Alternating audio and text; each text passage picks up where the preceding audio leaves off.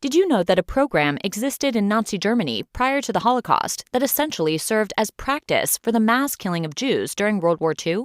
As deeply sick and even crazy as this sounds, the T4 Action program in Germany set the stage for the practices used in the genocide that took place against European Jews under Adolf Hitler's Nazi regime. The T4 Action program killed the physically, mentally, and emotionally ill, disabled, and elderly people throughout Germany. In total, over 200,000 people were killed under this program. Let's talk about this inhumane program's origins, its effect on Germany, and how some doctors were able to resist its laws.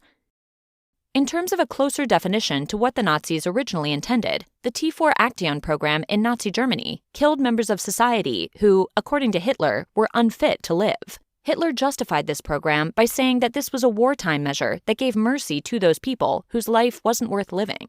However, the criteria of who survived and who was killed in this program came down to their ability to contribute economically to society.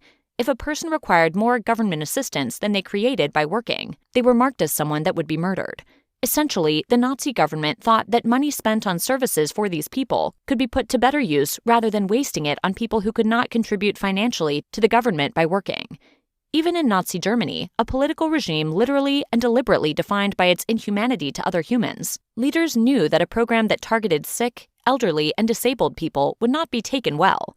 For this reason, the program remained a secret and was given a code name that gave no clues to its actions. The program started in 1939 and was made out to be a war measure, but actually started before World War II began. Its official name, T4 Action, was created after the street address of the building it was run from, with the name Tiergartenstrasse 4. To determine who would be killed in the program, forms were sent to all hospitals and institutions. Medical staff were required to fill out a form that had them list patients and answer questions about them.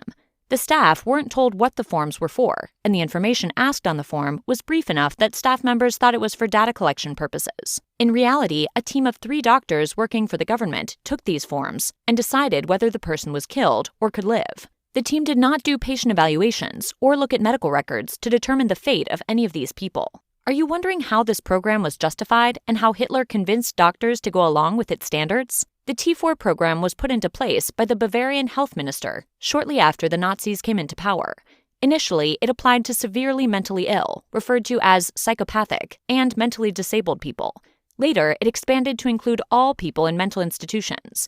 Doctors and nurses were called to neglect their patients, and eventually, the lack of medical treatment and food ensured that the patients died. In its origins, the patients were killed this way, through starvation or lethal injection.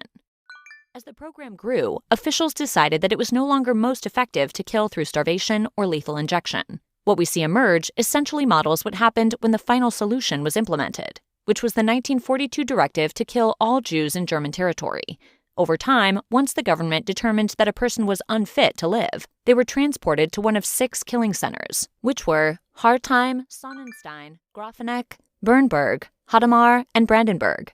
Here, SS guards dressed in white lab coats, attempting to keep up with the guise of this being a medical practice, moved prisoners into gas chambers where carbon monoxide was used to kill large groups at the same time. Afterwards, ovens were used to dispose of the bodies.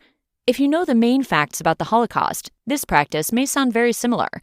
That's because the T4 Action program essentially trained doctors how to be effective at mass killing and how to detach themselves emotionally from this immoral act.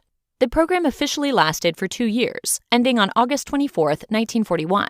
During these 2 years, 70,000 people were killed.